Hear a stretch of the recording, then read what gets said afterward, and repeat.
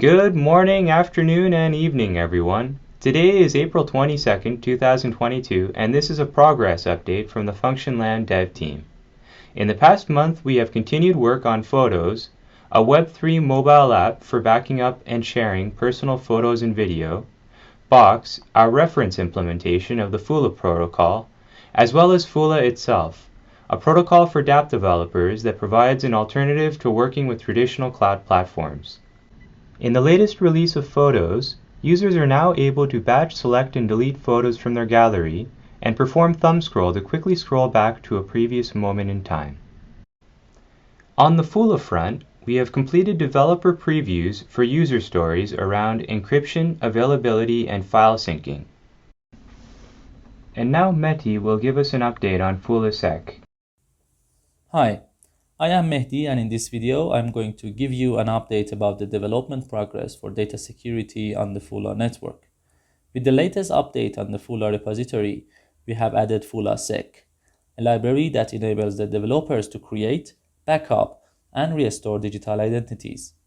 Using the library, you can generate new digital identities, and it also enables you to back up your identity key in the format of a mnemonic text or a hash key.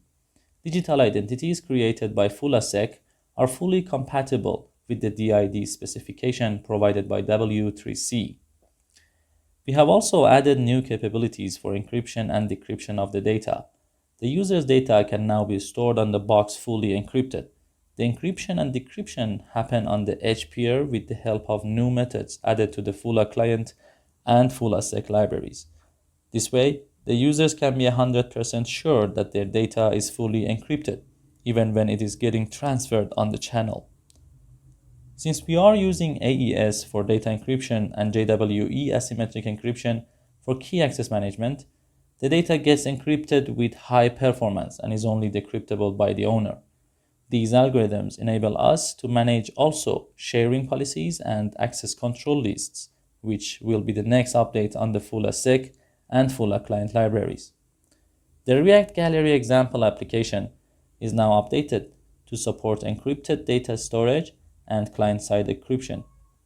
It now allows you to create new digital identities and backup them in two different formats. You can see that if you don't provide your identity, the photos you have stored on the box are not accessible. For detailed information about FulaSec and the new methods on the Fula client library, you can check out the documentation available on the Fula GitHub repository and docs.fx.land. Also, you can check out the source code for the React Gallery example on GitHub to see how you can use these new libraries and methods in action. To provide availability and reliability for dApps that work with a box, the Fula Dev Team made some major changes to the box system architecture. We decoupled IPFS as an embedded library of the box application to a standalone process that is invoked with the IPFS HTTP API. This enabled the inclusion of the Go implementation of IPFS cluster that also has IPFS as a dependency. We included IPFS cluster in the box environment since it provides private network communications of swarm participants using a shared private key, conflict resolution with no centralized point of failure, notifying peers of updates to the pin set, efficient transmission and management of data based on a desired replication factor, providing peer pinning status for a future administrative monitoring dashboard, and it works synergistically with IPFS, which the team had already adopted for other purposes, such as scalable content distribution and deduplication. To demonstrate the availability and file syncing stories, we will make use of a pair of sample dApps. fsync is a command line interface for sharing updates to files in real time, and FuluDocs is a companion client for receiving the updates and rendering them as markdown in the browser. The fsync sample dApp demonstrates how a desktop file syncing client might work in the Fula network, and how the file and graph APIs can be used in conjunction with each other to enable several files to be synced at the same time. The FuluDocs sample dApp demonstrates how to subscribe to graph API events and how to use the file API with other file types besides photos, for example plain text. In this scenario, I have some meeting notes I would like to share with two of my colleagues, Farhud and Mehdi, on a call. I have already created a swarm of two boxes, box 0 and box 1, using Docker Compose. I connect to box 0 from fsync, passing in the path to a plain text markdown file I want to share. I send each person a link to FuluDocs with my meeting code as a query param in the URL.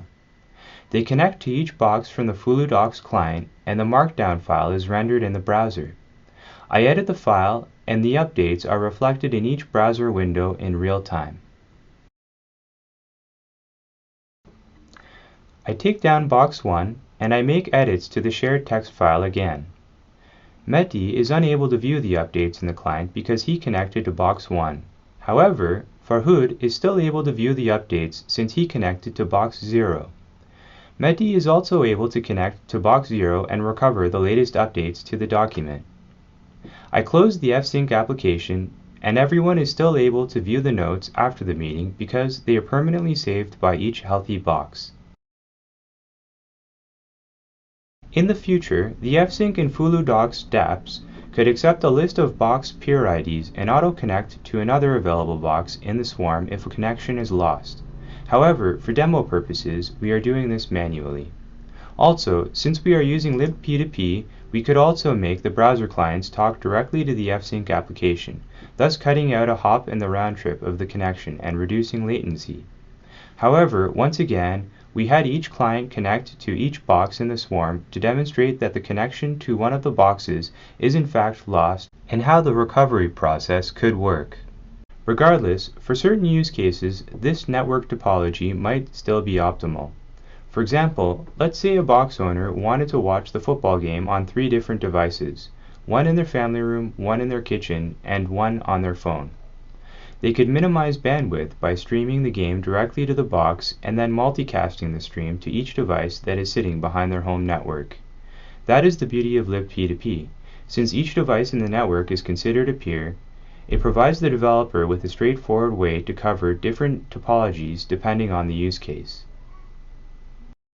The FuluDocs sample dApp also demonstrates a simple way for developers to distribute their dApps by hosting them on IPFS. A developer could add a simple deploy script that calls IPFS add-r on the app's build output. They could then take the CID for the root of the dist folder as is and use it to serve the app in an IPFS capable browser, or put it behind an HTTP gateway and/or naming service. Hopefully, you can see how the encryption and replication stories are complementary to each other. A box owner might choose to back up their data on a swarm of boxes that they own, or they might also choose to back up their data with a small group of friends, and their friends are still unable to view the contents of their data unless they get access to the owner's private key, or the owner gives them access to it by generating a GWE for their identity. It should be mentioned as a caveat, however, that the content must still be encrypted by the dApp.